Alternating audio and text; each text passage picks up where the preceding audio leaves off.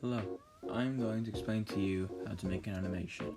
I'll be doing this by animating a simple Kamehameha from the show Dragon Ball. I'll add some other elements and references from other shows as well. We start off making the animation just by pressing this button. Here you can see that we're animating 12 FPS and 720 FPS. First, we'll explain all these things.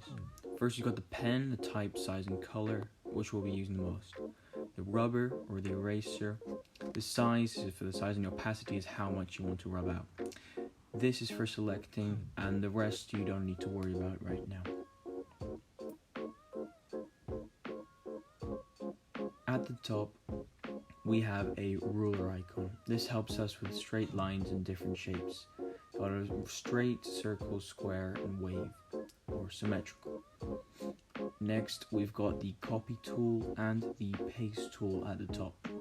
We've also got a back and forward. Here's me showing some of the rubbing out and drawing.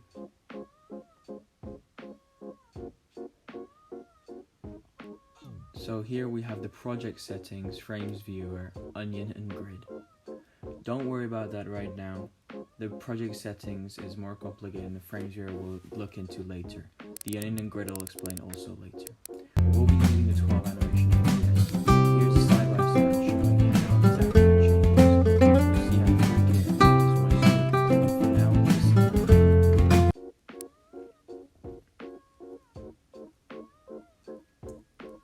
is. Now I'll show you what I'll usually do. So we're going to start with a 12 pixel size pen. That's the usual size that I'm going to use for these stickmen. Here I'm just going to show you how to go into a position. One tip is that I never draw the head while doing this. It's annoying and complicated and tedious to do before finishing the animation, so I just do headless bodies for now. Right now I'm just going to do a stance into where he's squatting.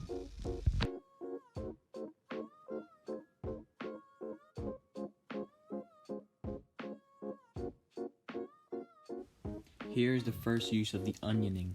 The onion is this translucent color in the back. It shows us the last frame that we used. This is very useful to know the movement of the character. To be able to carry on a movement, not make it look blocky. This helps us make natural movements and make it seem more human-like and not teleporting around.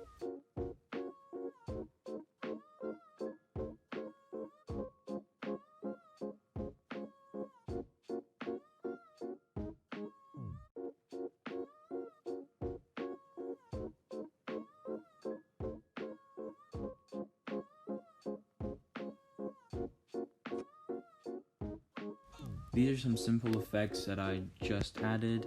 This will be evolved on later, you'll see in the next clip.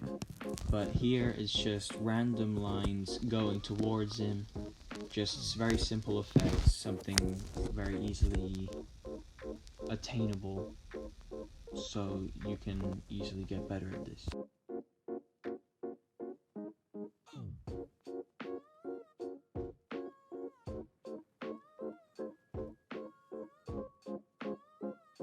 So now what I first want to talk about is the layers. Layers are important. I separate all these layers for background, characters, and special effects, as when I need to rub things out it can be very problematic as I could rub out various things. Here I'm making impact frames. Impact frames are a very important thing in animation. It adds oomph and adds power to these scenes. They're fast visual looks that will subconsciously tell the mind that something interesting is happening. We won't see this in full detail, but we will see it as an explosion almost. It adds power to the animation, adds interest and retention. All you really have to do is make lines, do big contrasts in colors. As you can see, a white background and black character, but if you add big shiny red lines, you instinctively look at these changes in colors and brightness, and it interests you and becomes more interesting. Here I'm adding small effects such as stones, smoke, etc.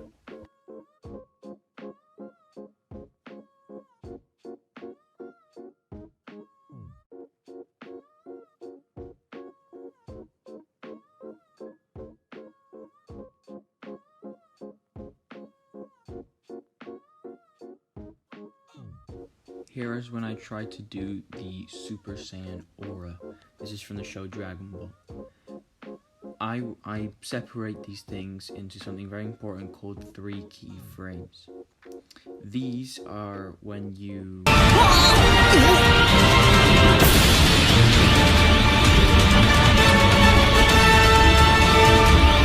One, 2, and 3. Repeating that over and over again gives you the fluid animation looking like it's different in every frame, though it's very quick and you can easily repeat it. It can be considered a bit of a cheap trick, but it is still very useful and saves you a lot of time. I do this with this green aura. I do 3 different frames and repeat them over and over again throughout the entire animation.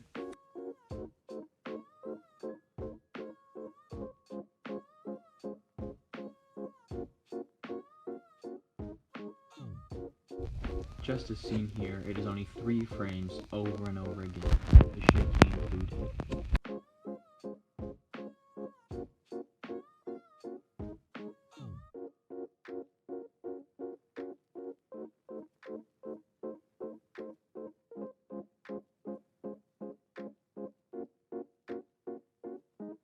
Now here I'm just drawing the character moving. It's very important to do the basic character movements before you do any other effects.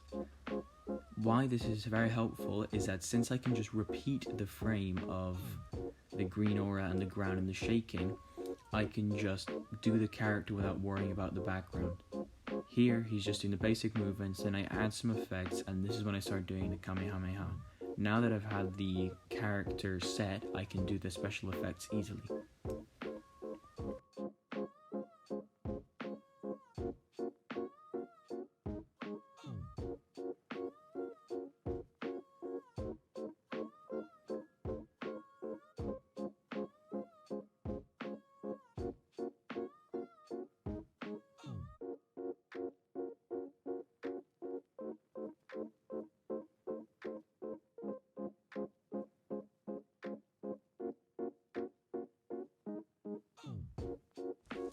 Here I'm also just using the basic thing.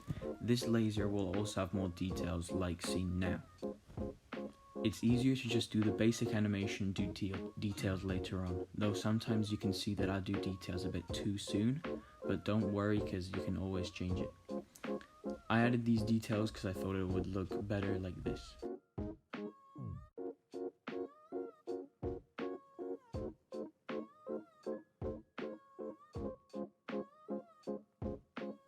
Now here I start using a pretty complicated trick. Don't recommend it doing on the first try. This is different perspective animation. It's pretty difficult from normal drawings as you have to do very different perspectives in every single frame. Here I just draw the background moving, and I put on the floor I put these little squiggly lines. This shows motion, as we do not have time for that much detail as you'd see in a real life movie or anything. We are just going to put lines on there to show motion, also known as motion lines.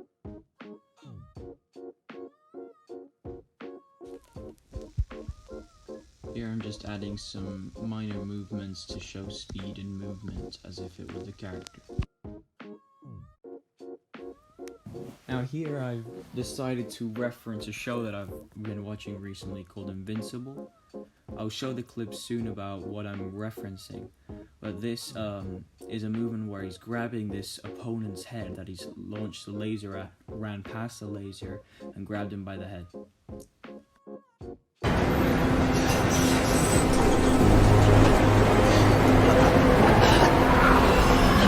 This is a new technique this is also an important technique, which is called doubling. Doubling is when you want to duplicate your layers to make the animation slower. You do not want to change your frame rate for the entire animation, as that could mess you entirely up. But by just doubling the frame, you can make the animation slower in some parts and faster in others. Now, even though in this part I did skip quite a bit, this is about right at the end. I want to also reference another show where after the person was defeated, they are kneeling down on fire. This is around the end after the explosion being hit by the laser. Though I did skip a bit, this is about the end. And the next clip I will show you is the reference that I got this idea from. Now this is just the end, and you'll see the final product soon.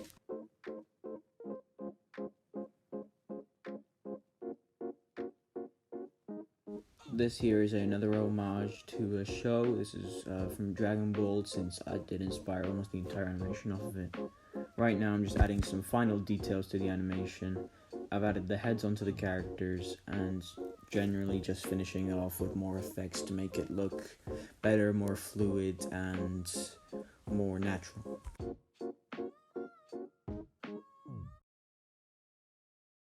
And this is the final product. Enjoy.